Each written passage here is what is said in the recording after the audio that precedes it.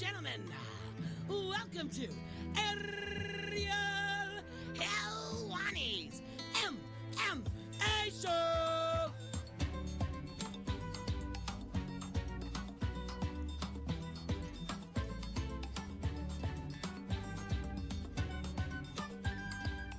Post-show time on this Monday, November 12th, 2018. Fun day in the books. Talked to a lot of interesting and important people. Henry Cejudo, flyweight champion, at least for now. TJ Dillashaw, bantamweight champion. Yair Romero stopped by as well. Macy Barber, 20-year-old phenom.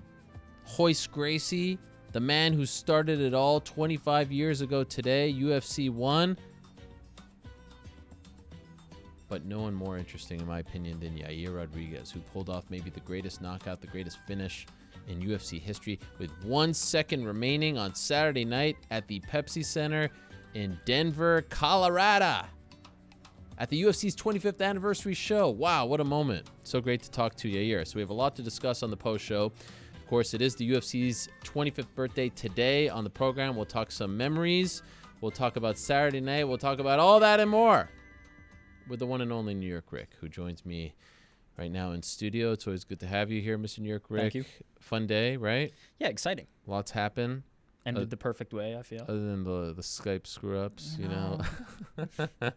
Let's not I mean, really. peel back that one. No, listen, I like to peel things back. But no, it has been a fun day. Yeah. Henry and TJ brought the heat. Definitely brought the heat. Didn't even need to get them in close proximity, and they had it. They had the juice today. I want to get your thoughts on that fight in a bit, but Okay. first, let us put Denver to bed, if we can. I like that. Yeah. I have a feeling we will be talking about especially the main event for a very long time, but lest we forget that Donald Cerrone made history, the UFC's 25th anniversary show, most wins and most finishes, 21 and 15 respectively, submits Mike Perry, Perry making the critical mistake of taking him down, reminded me of the old Cowboy Cerrone. Yeah.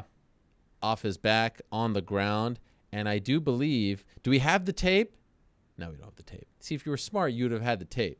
But you don't have the tape. I was wondering if you were going to cut it. No, Someone called that. I'm not that type of guy. I don't want to.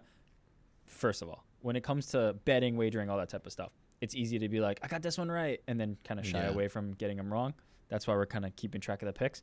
I had Benavidez. I had Cerrone. I thought the line on Cerrone just looked weird. He was almost a 2-1 dog against a guy who I thought if he got it to the ground, he could probably finish him, or even probably finish him on the feet. He was plus 180. So yeah, Cerrone got it done. All the records that you talked about, we were talking about it before the show. Even like if we had a Hall of Fame for the sport, not just the UFC Hall of Fame, would he make it? And I think he would be first ballot, no doubt about it. I would compare it to if in another sport, like a compiler, somebody who has just been around so long, racked up all these stats, all these records, it would be hard to make a case against him at this point. He's done everything, faced everybody. Just the one thing that he has not done is captured that championship, but I don't think that would be stopping me from voting for him if that came to be. I love the Hall of Fame debate, the real Hall of Fame. Yeah. The Mixed Martial Arts Hall of Fame that doesn't exist, not the UFC Hall of Fame. I ultimately think he would go in rather quickly post-retirement, but it is an interesting debate only because he hasn't won a belt in either the UFC or WEC back in the day. But to have the most wins and most finishes, I mean, that pretty much seals it. It sounds like he's reinvigorated to go for it now, though. Yeah. He wants to drop back down to lightweight and wants to chase it. And, that's not something you might have necessarily thought. It seemed like Cerrone was going the other direction, riding into the let me just have fun fights territory. Yeah. Now he's saying, I'm recommitting myself. I want to go back down. And that performance looked like somebody who was saying, I want to now chase the title. So I'm interested to see how he does at 55. Also interesting because he's always been a guy who said, I don't care about the belt. Yeah.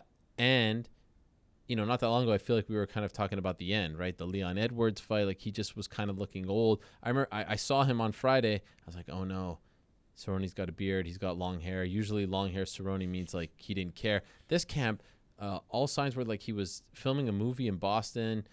He's got all the drama with the Jackson Wink team. He's sort of finding himself. He's a dad for the first time, so you don't know how someone is going to respond. Clearly, he's responding very well, and maybe this has given him that focus. Perry isn't the creme de la creme at 170, and if he really wants to fight the best at 155, he's going to fight even tougher. But that was a cool moment, especially for a Denver guy, and to have, to see Cowboy's one of those guys that I feel like we've truly seen him grow up in front of our eyes, from the wild guy 10 years ago in WC to even the guy who takes any fight anytime in UFC, to see him with his son, first time he fights as a dad. That was pretty cool. It was a special moment. The face he was making when he was belly down on the armbar, everything was perfect. I don't think Cerrone could have scripted it better. And by the way, kudos to Perry, who talked a lot before this fight and is handling it very well, making light of it. Posted a meme of the Ace Ventura scene where he comes out of the Rhine. Like, he's kind of handling this as well as you possibly could, right? I don't think he would be a guy who would take it too seriously, but I do think that's the public persona. I think he'll be in the gym working really, really hard to make sure he shores that up. Did you see that Wink video? No. Oh, yeah. Coach Mike Winklejohn went on Instagram yesterday saying, talk about loyalty. And he said, we got the cancer out. It felt like he kind of threw Perry under the bus, saying like Perry didn't stick to the game plan. I'm not quite sure why he went for the takedown. I was like, damn, I just figured at this point you just kind of and take the high road and let it go. Yeah, I mean, you have to think he didn't stick to the game plan though. That couldn't have been. And Cerrone certainly doubled down all week long. Remember when Wink was on the show? He's like, I hope to bury the hatchet, go out for a beer, and Cerrone was blasting him every chance he could. So it doesn't sound like they're gonna make peace anytime soon. Not yet. Also interesting that Izzy Martinez, who's coached at Jackson Wink, was there, and he was in the same locker room as Cerrone, and Yair, who's been, it was kind of a bit of a messy situation. But in the end, Cerrone gets the win, and then we get to the main event, and it's one of the best fights of the year, and of course one of the best finishes of the year. I've been talking about it all show long. Your impressions of what we saw up until the final minute, and then watching that final sequence. Poor Korean Zombie couldn't help himself, rushes in there, and gets knocked out with that bizarre upward backwards elbow or whatever you want to call it. You're seeing it behind you. Oh, yes, here it is. Thank you, Jake. So up Boom. until God.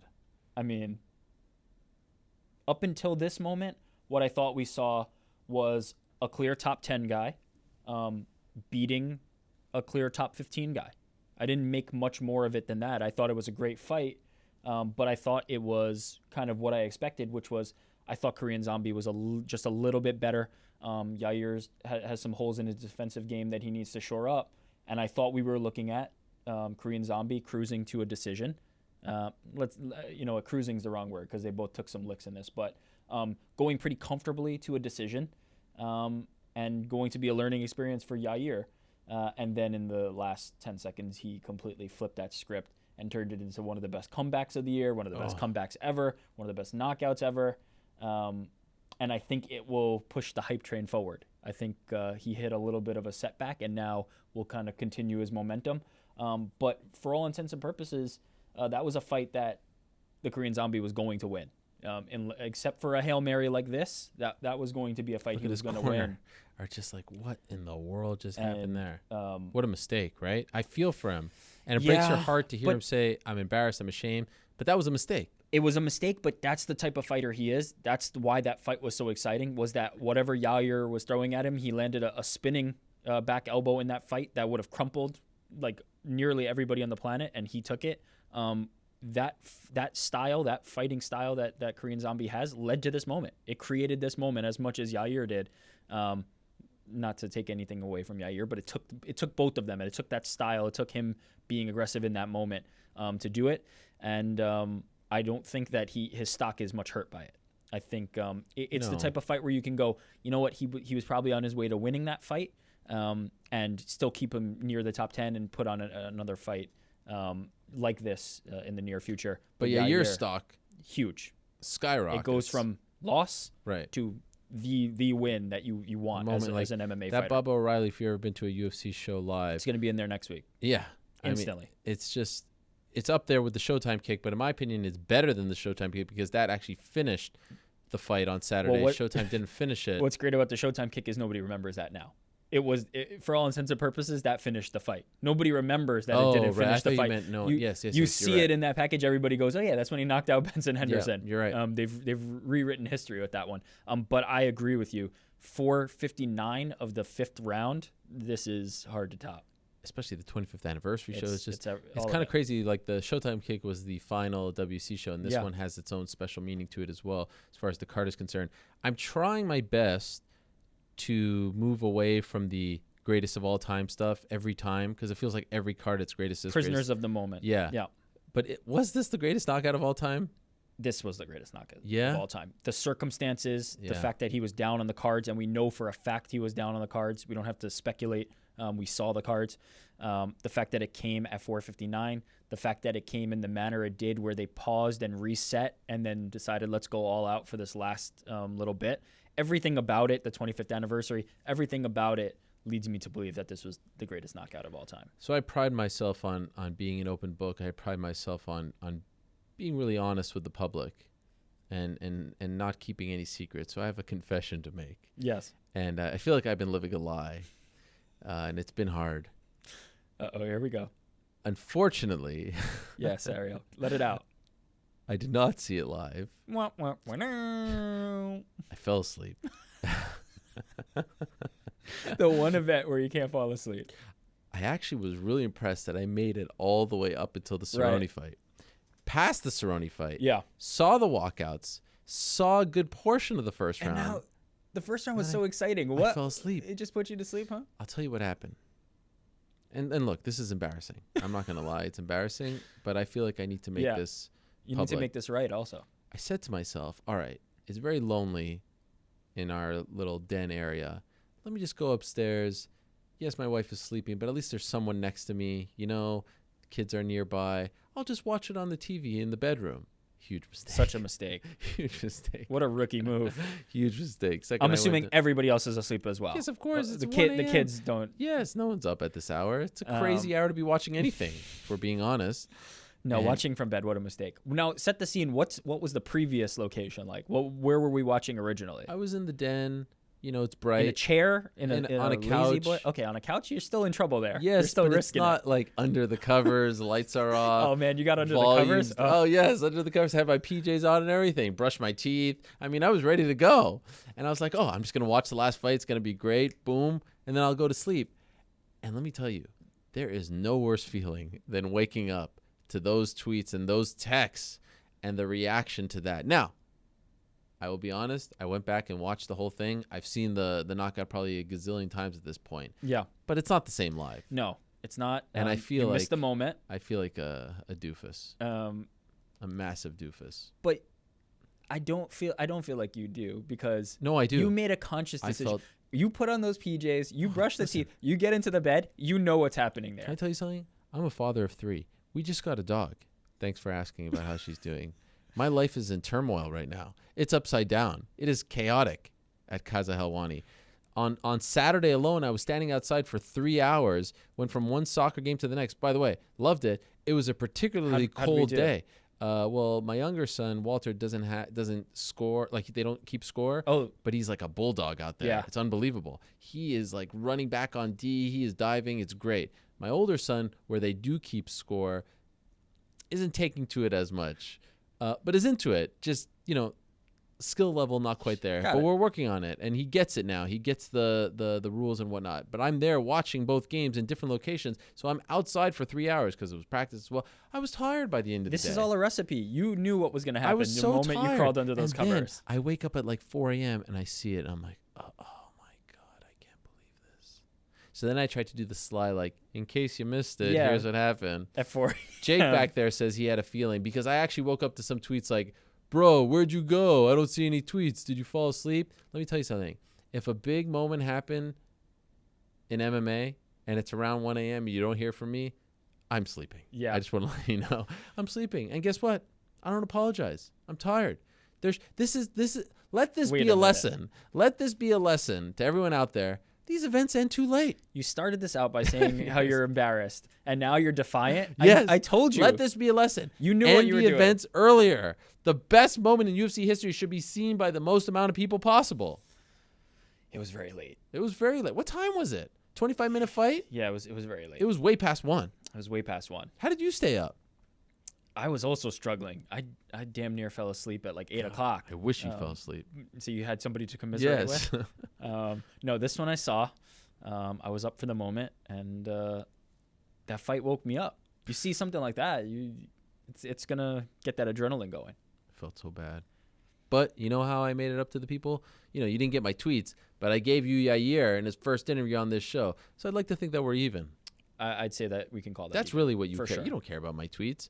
You care about the interviews. Hearing from the man himself. Yes, and I gave you the interviews. And let me just say, because I went back and watched everything. Can we listen, there was a time where I was the guy who was like, capitalize on the moment, talk about what's next. Well, I'd like to think that I've grown up a little bit, right? After a fight like that, after the state that he's in, right? You see that, right? You see the guy can't even stand. His coaches are literally holding him up. Maybe we should cool it on who's next. Maybe we should cool it on the tweets. Like, even as an opposing side, like, let's cool it on the, hey, don't run from me, bro. But like, come on, look at this guy. I'd like to see the sport evolve just a little bit from that. Like, oh, you're scared, bro. Come on. You know what this taught me on Saturday? This taught me that it was a huge mistake to book that fight against Zabit, that he was right, that he needed a warm-up fight. Not to say that Korean Zombie is a cupcake, but you get what I'm saying. Yeah. Zabit's on a different level. I think we all agree on that. That he was right to stick to his guns. And in the end, if he continues to produce moments like that, that fight will be even bigger. There's no need. I don't want to see that fight next. Do you? No. Huge mistake to make that fight next. No. That's not the time to make that fight. Wait. Yeah, let's wait a little bit. I'm okay. Look, we've created this culture. The call out is what Not is required. Every time. I agree with you. Macy Read the Barber, moment. I think Macy Barber, correct me if I'm wrong, she brought up during herself, or maybe Yes. she was asked. No, I don't. She took it upon herself. But it's great when someone listen. Everyone knows the drill. They know the microphone's on them for 3 minutes. If you have someone to call out, you'll call them out, right? If not, let's just leave it. Let's just leave it for a bit. Let's talk about the moment. Like, literally, the second or third question can't be about what's next. And by the way, I'm not only talking about the in-cage interviews. I'm talking about sometimes the post-fight, backstage, all that. Like, just chill. Let these men and women enjoy it. Like, the road to get to this fight, everything that they go through, they shouldn't have to. Listen, I'm not trying to be like the police here or anything, the journalism police, but it kind of rubs me the wrong way, I must admit. I get that. And I'm part of the problem. I'm the one who put that out there. I get that. I understand it, but I think that it is easy. It's easy. It's digestible. It's an easy question. It's the easiest question, and it's the thing that will create the most headlines. The thing that will draw the most interest is creating a matchup. We're already moved on. That fight happened. Time to go. Come on, the guy's like literally, he's like no, he can't even stand. He's in a rough way. Unbelievable. What a moment. Also, but I think there's a difference between that and let's say even Macy Barber's when this entire thing was a moment. This 25th anniversary culminating in this had so much more to it than necessarily like great fight. Now who's next? This felt like something worth digesting, worth chewing on, and I think those are the moments where we can kind of step off the gas. But I don't know how quickly that's going away. They did a great job, I thought, and the UFC typically does a bad job in terms of making their shows feel different. Yep. They all look the same. They all sound the same. They all have the same feel. Purposefully. Yeah, but sometimes different Changing strokes, it up, right, sure. is nice. And on this particular night, they brought out the old graphics, the old music, the old intro. The one logo thing on I the thought mat. that was weird. Yeah, logo was great. Is that they mixed it. Like Right. the rounds had the Fox graphics, and I think when Brendan Fitzgerald, who I thought did a great job, especially with the Open, with those subtle nods to the original Open, the burping and all that, that was fun. But like it was like either you go all in or you don't go all in, right? It was weird. Yeah. And I'm nitpicking, and everyone's gonna be like, "Oh, you're being a hater," but this stuff means something to me. I would have liked to see uniformity across the Yeah. graphics and things like that. But I understand that like you can't ignore that we're in 2018 now, even if you're paying homage, even if you're going back to it. I think it's not inappropriate to kind of nod that this is still, current day while paying homage. I'm with you though on the uniformity. If you're going to choose a package, go with that package completely. Right. That's all I would, have a qualm with. And would it have killed them to bring out Some of the legends? Ken Shamrock, Yeah. Gerard Gordeau? Would have been nice to see. Something from Hoist Gracie. A nod to Hoist Gracie. Just a nod. Was his name even mentioned? I don't know. Was there a video package on his behalf? Clearly he's in Tel Aviv with his son where he should be, right? He's there to support his son. But would have killed them to... I saw Art Jimerson. Cool. That was cool with the hugest glove of all time. Yeah, Dan Severn was there, who wasn't That's at right. UFC one. But like, I felt something a little special where you honor them in the cage, where you do something, you give, I don't know. Cut away, talk to them for 2 minutes. A second, right? I would have liked to see that as well, just to contextualize it. To be honest, there's fans who weren't alive at that time. There's fighters on the card who weren't alive at that time. Exactly. There's fighters on the card who weren't alive at that time. Give them something to understand why this is so important, rather than like for us, the nostalgia factor of the new graphics package and that type of stuff hits, and Brendan Fitzgerald making allusions to certain things in the broadcast. But there's people who weren't aware. There's people who either weren't alive or just weren't as big fans at that time. Tell them why they should care a little bit more. Give them a reason. Give them one of these legends to talk about what it was like in that time, or why the 25th anniversary is so important. I would have liked to see that. And people laugh at the numbering of the events, like in 240, whatever. Like, oh, it's just so silly. But this is the one time where the numbering helps, because like when the NBA has an anniversary, when the NFL has an anniversary, when Major League Baseball, they do great jobs, I think, those leagues, in terms of honoring the past. In particular, the NBA and Major League Baseball. Actually, NHL does a great job as well. They just celebrated their 100th year in existence, and they bring back the legends and all that. In this case, like, you can point to a date, the first event, and the first guy who won. So it's almost so easy for you to celebrate that, I see what right? you're saying. When it was born on this date. Like, when the NBA celebrates an anniversary, 75 years, 100 years, they don't necessarily go back to November 1st, 1946. Right. By the way, do you know who played in the first game? I don't. And actually, it wasn't called the National Basketball Association. It was called the Basketball Association of America. And who played? It was the New York Knickerbockers against your Toronto Huskies. Did you know that? I didn't. And anyway, so did you know who scored the first point? Nice. James Naismith. No. Nice fellow Jew named Ozzie Shetman.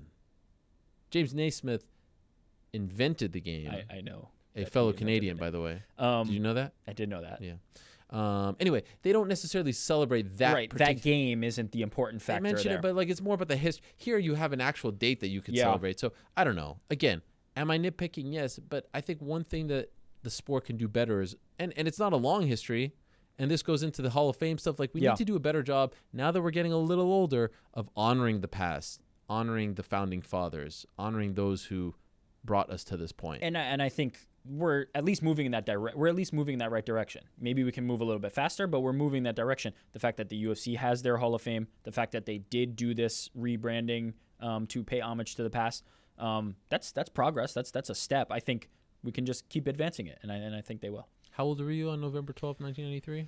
I was 6 years old. 6 years old. Amazing. So wait, how old are you now? No, I was 5 years old. 5 years old. I was in kindergarten. Wow. I was 11, and a lot of people don't believe me, and it's fine if you don't believe me, because I know it's a cool thing to say, but my grandparents, now I didn't watch it live, but my grandparents had an illegal box. Yeah. Where you can see all the pay-per-views. I used to watch the WWE ones because I knew what that was. I didn't know that on November 12th this thing was happening, but if you recall in those things, they would replay things over and over again. Yeah, they would just loop them. And so I saw it one of the nights that it was being replayed shortly thereafter, and I remember watching it with my uncles and my grandfather and being like, what the heck is this? Yeah. I don't think I watched all 3 hours, but I did watch the end. So I remember Hoist Gracie and remember thinking, like, the smallest guy won. And did they have any context for you? Were they familiar with what was going on? No, but one of my uncles on my mom's side, I think I've told you this, competed in the Olympics in judo in the 1976 Olympics for Lebanon, which just so happened to be the Montreal Olympics. So, I mean, this type of stuff. And I would watch boxing. I would watch wrestling. So, like, I understood what was going on in terms of it being. Yeah. But it wasn't clear, like, is this real? Is it not? Because I'm used to pro wrestling. Yeah. And whatnot. But I do remember. And I remember keeping tabs. But then it was harder to keep tabs on it in the late 90s, early 2000s, because it was off pay-per-view. Yeah. It was almost literally impossible. The odd event would show up at Blockbuster or whatever. That's how I consumed it. Yeah. Blockbuster was my method. And then you remember, like, the early days of the website, UFC.tv was so bad. The website was so bad. Yeah, different era. I remember the light really going off in my mind watching it in Syracuse and watching the Best Damn Sports Show period, and Tito and Ken were on. Did a lot. And that's when I realized, like, wow, this sport is actually still a thing. It's still mainstream. It's pretty incredible. Okay, so For those who care, I was 8 months old. No, at UFC 1. no one asked. No one. 8 months old. Oh my God. That months is old. unbelievable. Wow. 8 months old. Does he even know who Hoist is? No, well, that's the great thing about Jake. And, Yeah, because we and interviewed him him today. That's why. entering our life. He just found out about all this. Like he literally, We his get to- first we get event to- was UFC 226. That's the first one you saw. He's like, Daniel Cormier, that guy's the man. What did he do back in the day, right? Exactly. What do you have to I'm say a for newbie. yourself? Jake, favorite UFC moment? What do you got? I will have to go UFC 162. Ah, yes. Obviously biased because of Long Island's own Chris Weidman. Yeah. Still to this day, in my opinion, the greatest upset in terms of shock and awe value. Mm-hmm. So I would have to stick with 162. Where'd you watch it? I was at a friend's house. We bought it on pay-per-view. Family friends of actually the Weidman family. Wow. So it was quite the experience, I must say. Wow. That must have been nuts. Yeah. And now, who would have thought 5 years later you'd be working on the preeminent show in the sport? I mean, unbelievable how things turn out. What a world. Wow. Thank you for that, Jake. Appreciate your contribution. Favorite moment? What's going on with your watch, by the way? What is that? It's not a watch. Oh. It's a wearable. It's actually called Whoop. It's What is it? It tracks fitness, Oh. heart rate, all that type of stuff. Look It's at actually you. pretty good. You just got it? Just got it. Because I was looking at it, there's no part to. Where do you see the actual information? On the app or online. It's actually like in the sport. Not to get too inside baseball, but in the sports world, it's kind of a thing. Like LeBron's trainer makes him wear it. There was guys And who what do like. you need it for? Checking your heart rate out? Excuse me. No, but I'm a peak performing athlete. No, but I'm like No, like on this Monday afternoon. What do you need? I don't take it off. Waterproof. Sleep with really? it. Measure Shower with it? sleep. Everything. Wow. Yeah, it's awesome. Really good if Who you got want it to for you? measure performance. You What know do you what? I don't want to speak out of school. All right. Oh, you got it as a freebie, right? I got it as a freebie. How much is it? It's a subscription model. So like you get the band, but then the actual service is what you pay for. Okay. I think it's $180 for 6 months. Gosh. Well, because it tracks a lot. And Okay. it, like basically what it tells you, and it would be good for MMA, is like recovery. If you're good, like you slept well, you're peaking now, like here'd be a good day to train. Here'd be a good day to take a rest. It actually like gives really good readings on that type of thing. So you know where you're at and you don't exert yourself, get hurt. It's actually pretty interesting in that regard. Favorite UFC moment? Favorite UFC moment?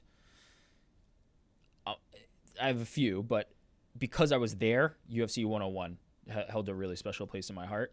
BJ getting it done over Kenny, and then Anderson Silva against Forrest Griffin. That moment in the arena was super special. And then obviously BJ Penn versus Matt Hughes was really like the moment for me as one of the huge BJ Penn fans. Jake, But there's BJ been Penn was this guy from Hawaii who was really good, won belts in two different weight Is that the guy classes. fighting at the end of the year? Yes. Oh, okay. And Versus I just want to say, like, Ryan Hall, right? he was a little better back then, Oh, okay? okay. Just All don't judge him on I'll what's go back going and on. watch my video. We flipped this into a Sure, BJ okay. Penn roast session. Great. But yeah, I mean, the moments naturally for me are going to revolve around BJ Penn. Although I'll say this, it wasn't UFC 1 because I had missed that. I was too young. But UFC 2, just Hoist winning, to me was like magic. And I've told this before. 2 over 1? Well, 2 was the one I rented from Blockbuster. Like we had it. My buddy had the tape. And when I saw it, it like blew my mind that this little dude was going in here and taking out these big guys. And that was what kind of like made me pursue it further. So UFC 2 was pretty special. Not 1. Like 1 I saw later, obviously, eventually. But 2 is the one that got me to say like, what is this? How is this guy doing this? That's like saying I saw Back to the Future 2 before Back to the Future 1. As we outlined, I was Home Alone 1. 5 years old when UFC 1 had happened. So yeah, but UFC 2 wasn't that much longer. Well, I also didn't see it live. I saw it on tape as well. I must have been a while after. Yeah, I was in junior high at some. That's weird that he would have 2 and not 1. It was Just a random thing. It was just like, we wanted to watch something from Blockbuster and we rented it. And he had known about it. He knew who Hoist was. He had been, I think he's training like karate, not jiu-jitsu or anything like that. But he was familiar with the gi and familiar with Hoist, and that set me off, off on the path. Yeah. I'm not allowed to share my favorite moment. You've been shut down for the Jake said, nope, you got to save it. Little tease. Wednesday, Chael and I will talk about our favorite moments, but there have been so many. I was trying to figure out, like, we could do a whole thing on favorite event, favorite finish. There's just been so many because I've been lucky enough to now go to so many. Abu Dhabi one sticks out because that was such a crazy one, and all that happened in the aftermath with Anderson Silva and Dana White and being one of the few American journalists there.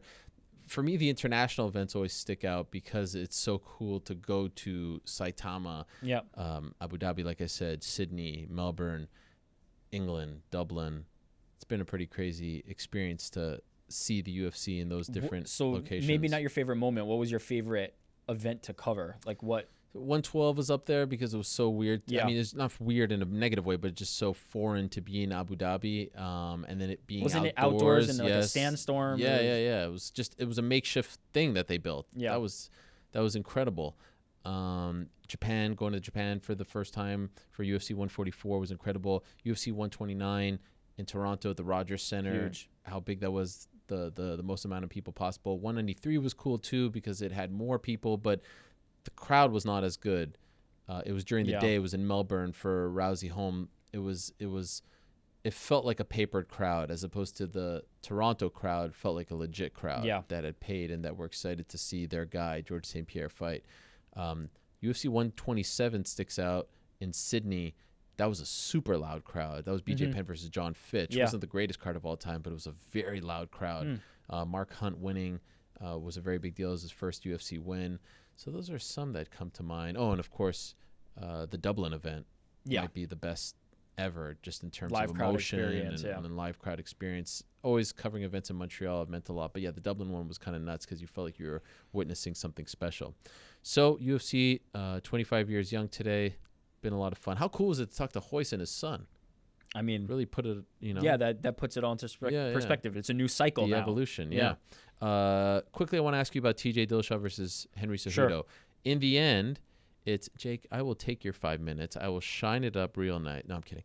TJ Dillashaw versus Henry. He just told me 5 minutes. TJ Dillashaw versus Henry Cejudo. In the end, it's TJ going down with the division coming to an end. Well, right call, wrong call? Does it matter? I mean, it kind of matters. If you're going to dissolve the division, at least, here's the thing. If the last night for the division is January 26th, come January 27th, win or lose, Henry Cejudo is beltless. Yeah, so that's that fair? That's why the time is to strike. I mean, but that's why it should be at 135, no? So that Henry could have a chance at another belt? Well, because he's left without a belt even if he wins. Yeah, but I think and he's just another guy. This goes back to kind of what Demetrius Johnson had been saying all along, that this was for TJ, and it seems like this is still for TJ. This is an opportunity for him to potentially capture a second belt. He's long talked about being able to get down to flyweight. This seems like an opportunity for TJ, and I think Henry's game to defend. And then I think win or lose, you have to do it again. I think that is what ultimately will happen. I think. Could you imagine telling that to Marlon Moraes? Or I don't think there's any choice, but yeah, it's unfortunate for them. I mean, Marlon clearly upset with the situation. I want to see Marlon versus Dominic. That's the consolation prize, but it's not happening. Apparently, it's Dominic versus Lineker. Yeah. To me, you should have gone Marlon versus Dominic and Lineker versus Sensao. I don't know. There's no real answer for this because it is TJ coming down from bantamweight to flyweight. I like the fight. Yeah. Did you have to do it? No, you didn't. But I think it's a service to TJ. TJ is getting an opportunity. Has he earned that? Yeah, I think he has. How many times did he defend the title? That's a good question. Once. Only one time, right? In this reign. In this reign, because he won it back. But yeah, I think he at least earned an opportunity. I mean, as much as Daniel Cormier has, like. When Cormier was 14-0 as a heavyweight. Yeah, but when he got the heavyweight title shot, it wasn't like he was on a huge. Yeah, but he had a long streak. history. That's fine. But what do you think of Marlon saying everyone goes up, he's going down? It is not the common path that we have, but I think it speaks more to the fact that TJ isn't exactly monstrous at bantamweight in terms of size, and he's able to make flyweight and is still a active champion at a reigning champion at 135. I think it's it's kudos to TJ. But yeah, I think this is all in service to him getting a second belt, much more so than it is to building a super fight. Like I don't think that the flyweight title is just an accessory in this fight. I don't think it means anything. What does it mean if he wins it? He'll be the third guy to have 2 belts, Yeah. and then what after? Yeah, that's the weird part. It disappears. It evaporates. And then you have to give Henry a rematch, You right? have to do the fight again, and they will. I'm sure they will. Man, that's going to stall that division big time. I'll say all that stuff gives me a headache. What do you do with Marlon? What do you do with the division, the 125 division? It all gives me a headache. I was sold today on the fight. You have to do just the the dynamic between the two of them. You have to do the fight. It wasn't fabricated. It didn't seem fake. They were phenomenal today. Henry's never been like that. I don't know where that guy came from, but it was great. Yeah, with all due respect to the other guys in the division, like Marlon and like Rafael, this is the fight they both want. It's not often that you get the super fight because both guys want to do it. Sometimes it's, you come down to me, I'll go up to you. They can't work this out. These two want to do this fight, and Henry's going to allow TJ to come down to do it. You have to make the fight. I don't see any reason not to make the fight. It's unfortunate for the bantamweight division, but come January, I don't think we'll be thinking about flyweight, and the bantamweight division will move on at that point. True or false? It's the right move to get rid of the flyweights. Oof. From what perspective? From a financial... I don't understand this financial perspective thing. Like, are they really bleeding that much money? No, but you have to maintain a roster. The UFC isn't in the business, except I would make the exception female featherweight, isn't in the business of fabricating a division that can't sustain itself. Flyweight, for what it was at this point, was an active and full division that had contenders, that had prospects, and they don't want to half-ass a division. So if that's the case, there is a financial burden. There's also a burden of giving the people fights and populating fight cards. Was it the right move? I mean, if you're not in the Demetrius Johnson business, then it's certainly the right move. If Demetrius Johnson is out of the question, is out of play, then I don't see much reason to keep flyweight around. UFC makes its debut in Argentina this weekend. Yeah. Buenos Aires? Yeah. Buenos Aires? Neil Magny versus Santiago Ponzinibbio, Darren Elkins versus Ricardo Lamas, Johnny Walker versus Khalil Roundtree, Cesar Ferreira is on the card. Who else? Marlon Vera. Cynthia Calvillo making her long-awaited return. Good to have her back in the mix. Austin Arnett, Devin Powell, our buddy Devin Powell is back as well. The unicorn, as I like to call him. Nad Narimani back as well. Not the deepest card of all time, but this is all built for Santiago Ponzinibbio. This is all about him getting his big moment in his home country of Argentina. We are out of time, unfortunately. Jake really cracking the whip today. He didn't even cue up the music ahead of it. Didn't even cue it up. Well, he knows what happened the last time he did it when I didn't ask for it. That might be the first time. And I won't get mad this time because that was sort of an unofficial cueing. But that was like the first time that I ever screwed up the outro because I was so disheveled. Seething. Yeah, I was so disheveled about the whole thing.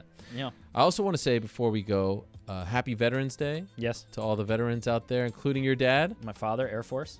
Mr. Jackman, Air Force. Yeah. How many years? 2, 3? I actually don't know. He had a discharge, but he served in the Air Force.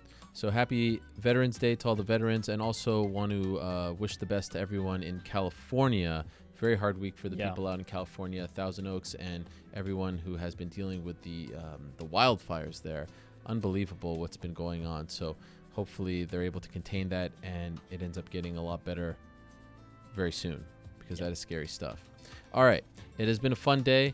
Again, want to thank all our guests today. Let me properly say goodbye to them because I was all out of sorts on the main show when Jake kind of caught me off guard. Thank you very much to Hoist Gracie and Conry Gracie. Good luck to him on Thursday. Thank you very much to Macy Barber. Thank you very much to Henry Cejudo, Izzy Martinez, Jermaine Durandamy, Jose Torres, Marlon Moraes, TJ Dillashaw, Yoel Romero, Yair Rodriguez, and to all of you as well. Thank you, New York Ric. If you missed anything, check it out. iTunes, Stitcher, YouTube, the app, ESPN.com, all those places and more. Back next week. Till then, say peace.